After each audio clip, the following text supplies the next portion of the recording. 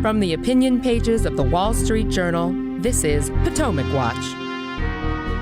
The fallout from Tuesday's midterm election results continues, with majorities in the House and the Senate both undetermined. We'll update you on the latest in the vote counting and expectations, plus talk about some other notable results in the states and the debate over why the GOP underperformed. Plus, President Biden says he won't change a thing because Congress didn't make that swing.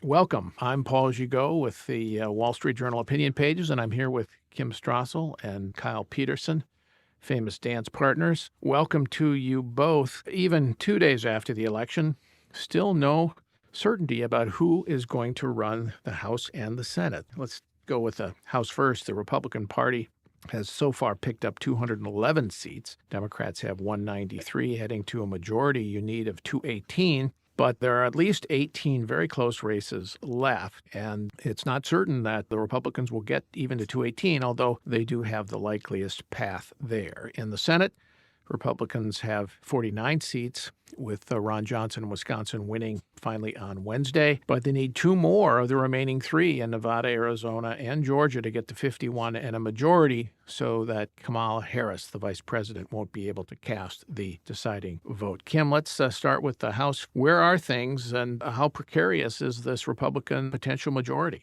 So precarious.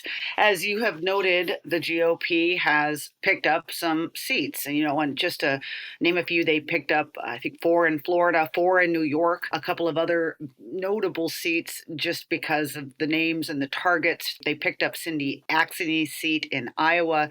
That was someone they'd gone after the last cycle. They did get her this time. In New Jersey, Tom Malinowski lost his seat, a Democrat. There was a rural seat in Wisconsin where Ron Kind had been. He retired. Republicans picked that up. So those are some of the victories out there. The problem is that they are still defending about 10 seats. And I think it's possible they lose about half of them. Just a remarkable little statistic there are still 22 seats in California that have not been called. I would say about 10 of them, we already know the outcome. They just simply haven't been called because there's not enough vote in yet. But that's one of the reasons that we're not going to maybe find out the answer of control in the House for a long time, because California is notoriously slow. This probably won't get resolution until next week or even later. And right now, Paul, we're talking about margins so tight in terms of getting to 218 that I don't know that anyone can call anything for anyone until California is done with its counting. It is a remarkable outcome. We thought we had in this current Congress a narrow majority. It was the most narrow in decades, Democrats having 222. If Republicans get the majority, Kyle, could be 218, 219, which means you're going to have doctors on call to make sure that anybody gets sick and prop them up and bring him in for a vote. And don't forget the Senate, which we could have a 50-50 Senate again. This is just what we deserve for our sins here, I think. Yeah, but there are only 100 of them, not 435. Fair enough. Yeah, it is remarkable, too, how much of the vote is still outstanding. I'm looking at some of the figures now, and in California, there's a House race, California's 22nd, that the figures say 39% of the vote has been counted so far, and we're 2 days after Election Day. Similar thing is happening in the Senate race in Nevada, where Adam Laxalt, the Republican, still has a very narrow lead, but a lot of the rural red areas look like they are about 95% counted, and in Clark County, which is Las Vegas, it's only about 88% counted. So there's another example of a place where we might not have a true result until next week. And this is life under a widespread mail voting, I'm afraid. Once you start letting millions of people send their votes in by mail, you have a choice. You can either set the deadline at Election Day, as a lot of states do. Florida is one example. And then you end up with some narrowly divided elections. There was a special primary last year on the Democratic side that was decided by 5 votes, and there were something like 1,400 ballots that were rejected, many of them because they came in too late. Or the other choice is to extend the deadline, which is what Nevada and California have done. So as long as your ballot is postmarked by Election Day, it can come in days, up to a week, I think, in California late. And then we end up in this situation where the election has already happened. There's candidates that are watching tranches of ballots come in by the hundreds and the thousands, and some conspiracy theories may be starting to rise around this. I'm not sure that that is a great outcome for the country either. Couple of interesting results here and ironies, in particular in New York State that, Kim, you mentioned that Republicans picked up 4 seats across New York State. And that's a credit in part, maybe in large part, to Lee Zeldin, the Republican candidate for governor who lost, but nonetheless managed to show a respectable 47% vote in a state where Democrats outnumber Republicans 2-1 in registration. And that high tide helped to bring in those 4 Republicans, which on current counting could make the difference in the majority, which is rather extraordinary when you think about it. Remember, Democrats had tried to gerrymander the state so that there was no chance to make these seats competitive, and the court overthrew that gerrymander because it was especially egregious.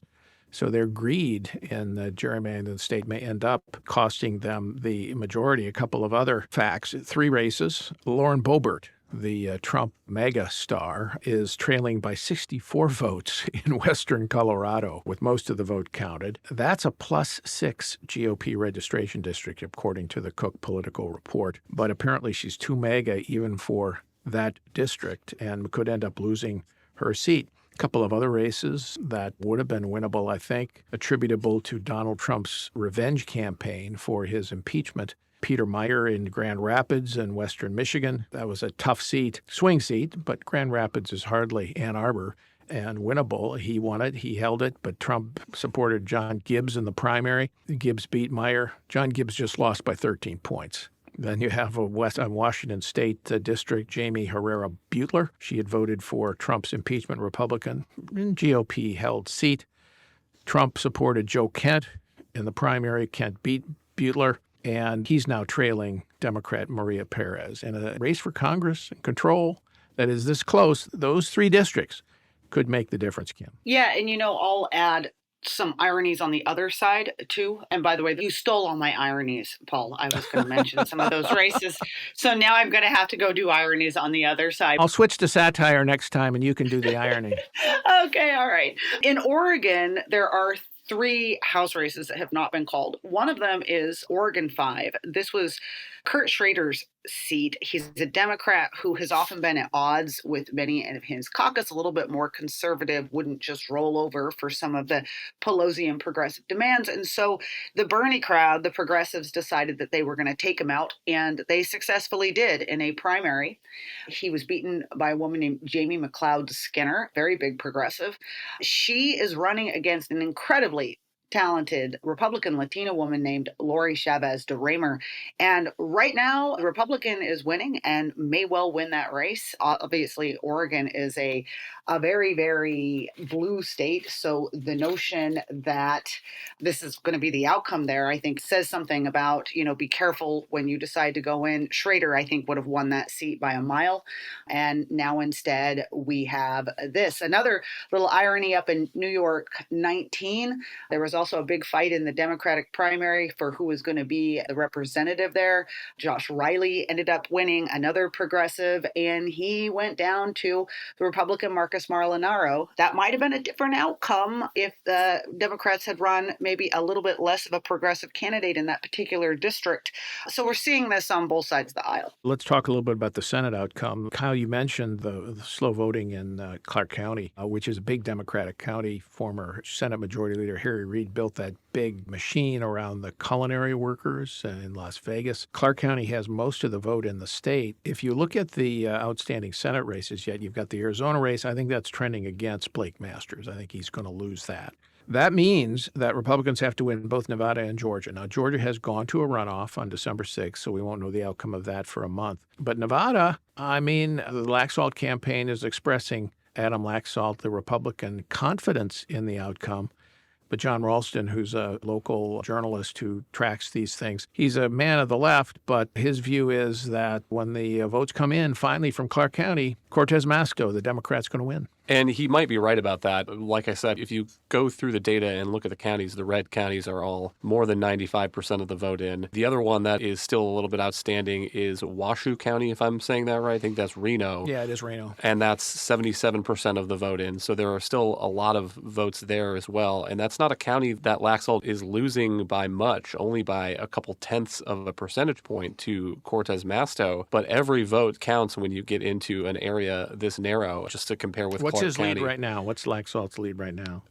By 1 percentage point or about 15,000 votes in total. And just to compare, Clark County, that's Las Vegas, he's losing that by 5 points. So every tranche of ballots that comes in from Clark County eats away at his lead a little bit. And so it is too close to call, I think. I mean, Ralston may have a better sense on the ground of what specific precincts or areas are left out. But it could go either way, it seems to me. And this could be also one of those races that we always dread, where the margin is so narrow you end up with a recount and you end up in litigation over which ballots were rejected, for what reasons. Are these signatures really as suspicious as this election worker thought they were, or are they not suspicious? And I guess I would repeat what I said earlier, that maybe that is exactly what we deserve at this point. And then the question again is... we don't deserve it. The politicians are delivering it to us. The question then again is, how much weight does that place on the Georgia race? Because if we do get a Laxalt win in Nevada, if he ends up pulling that out, then we have another month or so of campaigning in Georgia and all the weight of who controls the Senate on that Georgia runoff. The Senate seats are, only a third up every 2 years. So every seat counts because they're 6-year terms, and unless you have a special election. So when you're electing a senator, you're electing him for 6 years. So even if you don't have the majority, getting to 50 from 49 for the Republicans will be crucial as they go forward and contest future elections.